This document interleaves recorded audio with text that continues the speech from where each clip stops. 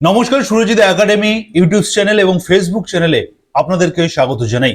এই ভিডিওর মাধ্যমে এসআইআর এর ফাইনাল লিস্টে যাদের ডিলেটেড কথাটা লেখা এসেছে আপনাদের জন্য অত্যন্ত গুরুত্বপূর্ণ হতে চলেছে এই ভিডিও।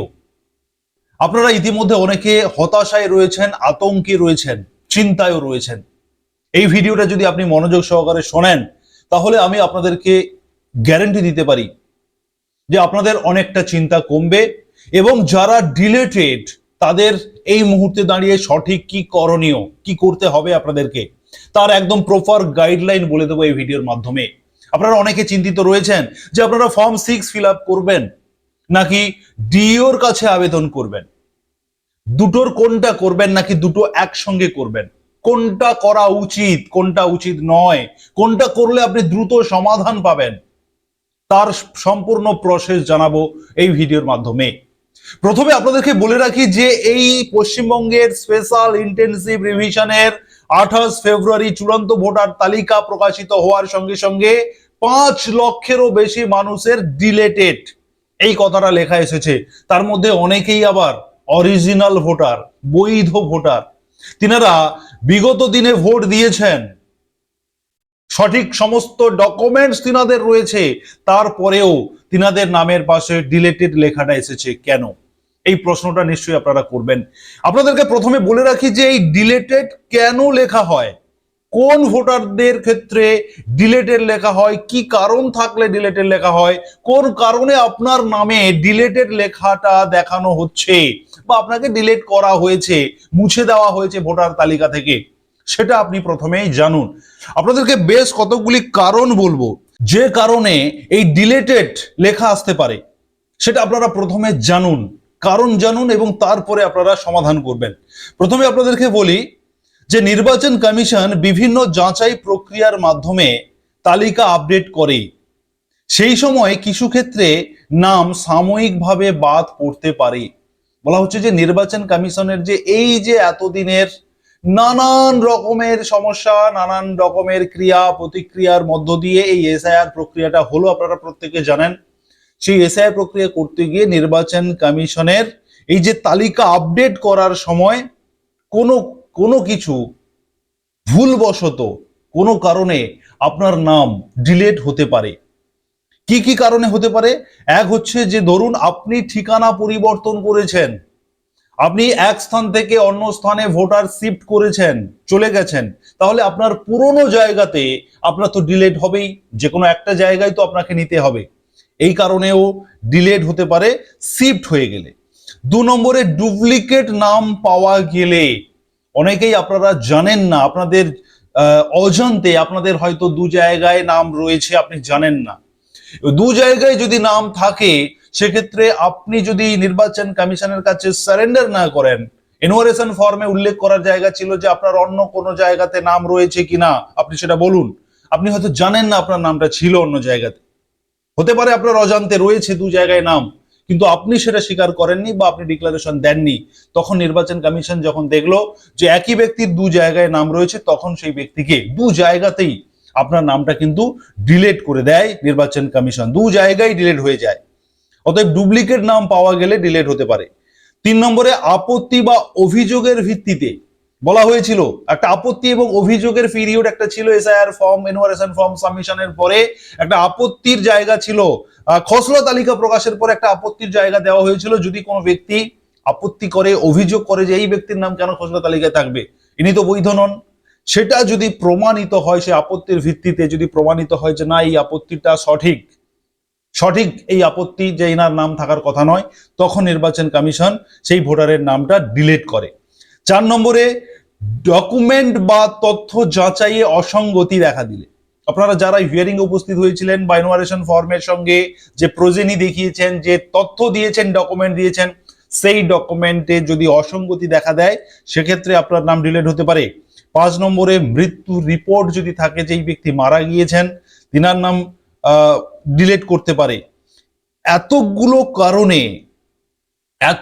কারণে আপনার নামটা ডিলিট হতে পারে এবং তার সঙ্গে সঙ্গে যে এসআইআর যে স্পেশাল ইন্টেনসিভ রিভিশন হলো, সেই রিভিশন করতে গিয়ে দেখুন নির্বাচন কমিশন মাথার ওপরে থাকলেও কাজ করছে কিন্তু নিচু তলার কর্মীরা, বিভিন্ন কর্মীরা কাজ করছেন, লক্ষ লক্ষ কর্মী কাজ করছেন। প্রত্যেকের সততা, প্রত্যেকের স্বতঃস্ফূর্ত সহযোগিতায় কিন্তু এই স্পেশাল ইন্টেনসিভ রিভিশনটা ঘটেছে, ঘটার কথাও। কিন্তু যদি কোনো ব্যক্তির অসৎ উদ্দেশ্য থাকে এত কর্মীর মধ্যে, সেক্ষেত্রে কিন্তু সঠিক ব্যক্তির তথ্য আপলোড করার সময়ও তিনি ভুলভাল ইনফরমেশন দিয়ে আপলোড করতে পারেন। অসৎ ব্যক্তিদের কথা বলছি, থাকতেই পারে। তো এই ধরনের কিছু গাফিলতির কারণেও এই নির্বাচন কমিশনের যে লিস্ট প্রকাশ করেছে চূড়ান্ত তালিকা, সেই তালিকাতে ডিলেটেড এসেছে। কিন্তু এখানে নির্বাচন কমিশন একটা কথা পরিষ্কার ভাবে জানাচ্ছে, যদি আপনার সঠিক তথ্য থাকে আপনার কাছে, বৈধ কাগজপত্র যদি আপনার থাকে আপনার কাছে, তাহলে আপনি আবারও অ্যাপিল করতে পারেন ডিস্ট্রিক্ট ইলেকশন কমিশনের কাছে, ইলেকশন অফিসারের কাছে আপনি আবেদন করতে পারেন। আপনার আবেদনের সঙ্গে আপনার সঠিক ডকুমেন্ট সাবমিট করলে, সঠিক পদ্ধতিতে যদি আপনি আবেদন করতে পারেন, তাহলে আপনার যে ডিলেট হয়ে যাওয়া নামটা আবারও রিভিউ করা হবে, পুনর্যাচাই করা হবে, রিভেরিফিকেশন করা হবে। সেক্ষেত্রে আপনার নামটা কিন্তু আবারও অ্যাপ্রুভড লিস্টে চলে আসতে পারে। সেক্ষেত্রে আপনাকে সঠিক নিয়ম মেনে আবেদন করতে হবে। এখন প্রশ্ন, যাদের ডিলেট হয়েছে আপনারা কোনটা করবেন? ডিইওর কাছে আবেদন করবেন নাকি ফর্ম 6 ফিল আপ করবেন? এখানে আপনাকে একটা সিদ্ধান্ত নিতে হবে। আমি আপনাদেরকে কয়েকটি প্রসেস বলবো, সেই প্রসেসের মধ্যে যেটা আপনার জন্য সুবিধাজনক মনে হবে সেই সিদ্ধান্ত আপনাকে নিতে হবে। দেখুন, প্রথমত বলা হচ্ছে যে ফর্ম 6টা তারাই ফিল আপ করবেন যারা নতুন করে ভোটার লিস্টে আবেদন করতে চাইছেন, নাম তুলতে চাইছেন ভোটার লিস্ট, নতুন করে আপনি ভোটাধিকার পেতে চাইছেন, নতুন কার্ড আপনার হবে, নতুন আইডেন্টি কার্ড আপনি পেতে চাইছেন, তখন আপনার ফর্ম 6। এবারে আপনি স্পেশাল ইন্টেনসিভ রিভিশনের ক্ষেত্রে আপনি তো নতুন নন, আপনার নামটা ইলেকশন কমিশন ভুলবশত বাদ দিয়েছে বলে আপনি মনে করছেন, সেক্ষেত্রে আপনি অ্যাপিল করুন ডিইওর কাছে, ডিস্ট্রিক্ট ইলেকশন অফিসারের কাছে অ্যাপিল করুন যে আমি বৈধ নাগরিক, আমার নামটা কেন বাদ গেছে, আমারটা রিভেরিফিকেশন করা হোক, আমার নামটা আমাকে রিভেরিফিকেশন করা হোক, এই মর্মে আপনি ডিওর কাছে আবেদন করুন। 15 দিনের মধ্যে আপনাকে আবেদন করতে হবে, এটা কিন্তু আগের থেকে বলা হয়েছে। সেক্ষেত্রে আপনি 15ই মার্চের মধ্যে ডিওর কাছে আবেদন করতে পারেন। আবেদন করার পরে আপনি কিছুদিন অপেক্ষা করবেন, আপনার নামটা ভেরিফিকেশন হবে। শুধু আপনি একা নন, এরকম দেখা যাবে যে লক্ষ লক্ষ আবেদন ডিও অফিসে, মানে ডিস্ট্রিক্ট ইলেকশন অফিসারের কাছে লক্ষ লক্ষ নাম জমা পড়বে, লক্ষ লক্ষ আবেদন জমা পড়বে। আপনি একা নন, আপনার সঙ্গে বহু মানুষ রয়েছে। আপনার নামটা যাচাই হবে এবং আপনি যদি সঠিক তথ্য দিয়ে আবেদন করতে পারেন, আপনার নামটা কিন্তু উঠে যাবে। এখন আপনি ভাবছেন যে আমি ওটা করতে গিয়ে যদি কোনো কারণে আমারটা ক্যান্সেল হয়ে যায়, মানে ডিইওর কাছে আবেদন করতে গেলে ডিইও যদি আবার ক্যান্সেল করে দেয়, তখন কি হবে? তখন আপনি ফর্ম 6 ফিল আপ করুন, তখন আপনি ফর্ম 6 ফিল আপ করুন, নতুন করে ভোটার অ্যাপ্লিকেশন করুন, ভোটার কার্ডের জন্য, ভোটার অধিকার পাওয়ার জন্য আবেদন করুন, ভিএলওর দ্বারা করুন, ভিএলওর মারফত করুন, ভিএলও কে সঙ্গে নিয়ে করুন। আপনি অনলাইনেও করে ফেলতে পারেন। যদি আপনি অনলাইন করে নেন, একটা কপি আপনি ভিএলওর হাতে সাবমিট করুন, ভিএলও কে বলুন আমি ফর্ম 6 ফিল আপ করেছি, আপনি আমারটা ভেরিফিকেশন করে দেন। ভিএলওর কাছে কিন্তু একটি কলম থাকে, যেটা ভিএলও ভেরিফিকেশন যে এরিয়া বা ভিএলও ভেরিফিকেশন যে সিস্টেম রয়েছে, সেটা ভিএলও আপনারটা ইলেকশন কমিশনের কাছে পাঠায়। আপনি ফর্ম 6 ফিল আপ করে চুপ করে বসে না থেকে ভিএলও কে সাবমিট করুন একটা কপি, অথবা আপনি সরাসরি ভিএলও কে বলুন আমারটা আপনি আবেদন করে দিন, আমি ফর্ম 6 আবেদন করতে চাই। তাহলে আপনাকে দুটোর মধ্যে যে কোনো একটা সিদ্ধান্ত নিতে হবে। হয় আপনি ডিওর কাছে আবেদন করুন, অথবা আপনি ফর্ম 6 ফিল আপ করুন। এছাড়া আপনি যদি মনে করেন যে আমি দুটো করব, সেটাও করতে পারেন। আপনি ফর্ম 6 ফিল আপ করে দিন, ফিল আপ করে দিয়ে আপনি ডিওর কাছে আবেদন করুন। যদি ডিইওর অ্যাপ্রুভড হয়ে যায়, সেক্ষেত্রে আপনি ফর্ম 6টা পরবর্তী সময় আপনি ক্যান্সেল করবেন। কারণ ফর্ম 6 ফিল আপ করলে আপনাকে কিন্তু আপনার যে ভিডিও অফিস বা ইলেকশন অফিসার থেকে আপনাকে ডাকা হবে, আপনাকে হিয়ারিং এ যেতে হবে, ভিএলওর মারফত আপনার কাছে সেই খবর আসবে। উক্ত দিনে আপনাকে সমস্ত কাগজপত্র নিয়ে উপস্থিত হয়ে আপনাকে হিয়ারিং করতে হবে, আপনাকে প্রমাণ করাতে হবে, তারপরে আপনার অ্যাপ্রুভড হবে এবং আপনি তারপরে ভোটাধিকার পাবেন বা ভোটার কার্ড পাবেন, যারা ফর্ম 6 ফিল আপ করবেন তাদের ক্ষেত্রে। অতএব এখানেও কিন্তু ভেরিফিকেশন প্রসেস রয়েছে। অতএব আপনি যদি 15 দিনের মধ্যে ডিইওর কাছে আবেদন করে ডিওরা দ্রুত আপনার ভেরিফিকেশন করবে, এটা নিয়ে ডিলেমি হওয়ার কোনো জায়গা নেই, ডিলে হবে না, ভেরিফিকেশন হবে। যদি আপনার নামটা ডিলেট উঠে গিয়ে যদি অ্যাপ্রুভড হয়ে যায়, তাহলে আপনি ফর্ম 6টা পরে ক্যান্সেল করবেন। আপনি হিয়ারিং এ উপস্থিত হবেন না, আপনার এমনি ক্যান্সেল হবে, বা আপনি বিএলও কে বলবেন যে আমার ফর্ম 6টা ক্যান্সেল করে দিন, রিজেক্ট করে দিন, ভেরিফিকেশন রিজেক্ট হয়ে যাবে। অতএব আপনি দুটো করতে পারেন, একটি করতে পারেন, ডিওর কাছে আবেদন করে অপেক্ষা করুন কি রিপোর্ট হয়, তারপরে ফর্ম 6 করুন, অথবা শুধু ফর্ম 6 করুন, ডিও করার দরকার নেই, অথবা ফর্ম 6 করুন অথবা ডিওর কাছে অ্যাপিল করুন। যেটা করবেন সঠিক প্রসেস, সঠিক ওয়েতে করুন, তাহলে কিন্তু আপনার নাম পুনর্বিবেচিত হবে এবং আপনার নাম ভোটার লিস্টে চলে আসবে। এবারে প্রশ্ন হচ্ছে যে আপনি ডিওর কাছে যদি আবেদন করতে চান তাহলে কিভাবে আবেদন করবেন, তার একটি প্রসেস, ফর্ম, একটি সাদা কাগজে আবেদন লিখবেন। সেই আবেদনটি আমি দিচ্ছি, কিভাবে আপনি আবেদনটি লিখবেন বাংলাতেই আমি আপনাদেরকে দেখাচ্ছি। বাংলায় আবেদন লিখুন এবং সঙ্গে দেবেন যে যে ডকুমেন্টস গুলো সেটা আমি বলে দিচ্ছি। ওই আবেদনপত্রের সঙ্গে আপনি অ্যাটাচ করবেন এনুমারেশন ফর্মের একটা জেরক্স কপি, সেখানে অবশ্যই আপনার নিজের স্বাক্ষর থাকবে, টিপসই থাকবে। দুইয়ে যে ড্রাফট লিস্ট খসড়া তালিকা প্রকাশিত হয়েছিল সেই তালিকাতে যে আপনার নাম ছিল সেই তালিকার পাতাটার জেরক্স দেবেন, আপনার সিগনেচার করবেন।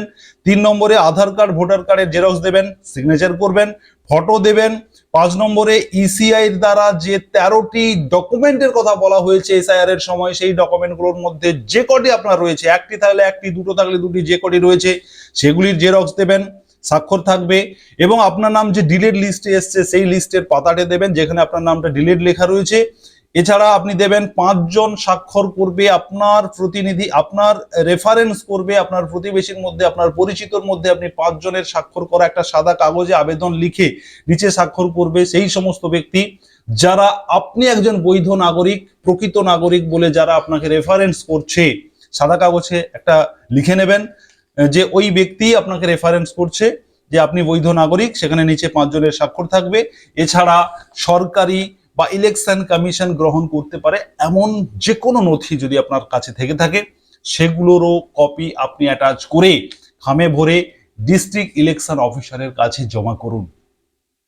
এভাবেই আপনি আবেদন করতে পারবেন। আমি আপনাদেরকে সবটা ক্লিয়ার করলাম, যেটা আপনার সুবিধে হবে আপনি সেটা করবেন। এবারে আপনাদেরকে আমি দেখাবো যে আপনি আবেদনপত্র কিভাবে লিখবেন, তার প্রসেস আপনারা দেখতে থাকুন। তবে তার আগে যারা সুরজিৎ একাডেমি ইউটিউব চ্যানেলে এখনো সাবস্ক্রাইব করেননি আপনারা অবশ্যই সাবস্ক্রাইব করুন, শেয়ার করুন অন্যদের সুবিধার্থে। যারা ফেসবুক থেকে দেখছেন অবশ্যই পেজটিকে ফলো করবেন, শেয়ার করবেন অন্যদের সুবিধার্থে। সর্বদা সবসময় সঠিক আপডেট নিয়ে আসি। এখন আপনারা বাংলার অ্যাপ্লিকেশন পত্রটি বা আবেদন পত্রটি আপনারা দেখছেন। আপনারা একটা সাদা কাগজেই এই আবেদন পত্রটি আপনারা লিখবেন to the district election officer, অতএব ডিইওর কাছে আপনারা আবেদন করছেন। নিচে আপনি আপনার যে ডিস্ট্রিক্ট রয়েছে সেই ডিস্ট্রিক্টের নাম লিখবেন। এখানে নর্থ 24 পরগনাজ রয়েছে, আপনার যদি সাউথ 24 পরগনাজ হয়ে থাকে আপনি এখানে সাউথ 24 পরগনাজ লিখবেন। অর্থাৎ আপনার যে ডিস্ট্রিক্ট সেটাই আপনি লিখবেন। বিষয় লিখবেন 28/2/2026 তারিখে প্রকাশিত নির্বাচক তালিকাতে নাম বাতিল সংক্রান্ত বিষয়ে পুনর্বিবেচনার আবেদনপত্র। এবারে আসছে মূল বক্তব্যে। আপনি বলছেন মহাশয় আমি, আপনার নাম লিখবেন, পিতা অথবা মাতা অথবা স্বামী অথবা স্ত্রীর নাম লিখবেন এখানে। এবারে এখানে আপনার বিধানসভার নামটা লিখবেন। এখানে আপনি বিধানসভার যে পার্ট নাম্বার, যে পার্টের আপনি ভোটার সেই পার্ট নাম্বারটা আপনি এখানে লিখবেন, লিখে পার্টের একজন ভোটার। 16/12/2025 তারিখে প্রকাশিত খসড়া নির্বাচক তালিকা অনুসারে আমার ক্রমিক সংখ্যা, আপনার যে ড্রাফট লিস্ট প্রকাশিত হয়েছিল সেই ড্রাফট লিস্টের যে আপনার ক্রমিক সংখ্যা রয়েছে মানে সিরিয়াল নাম্বার, সেটা আপনি এখানে লিখবেন। এবং আপনার এপিক নাম্বার, ভোটার আইডি কার্ডের নাম্বারটা আপনি এখানে লিখবেন। এবারে আপনি বলছেন যে আমার নাম 28/2/2026 তারিখে প্রকাশিত চূড়ান্ত নির্বাচক তালিকা থেকে বাতিল হয়ে গেছে।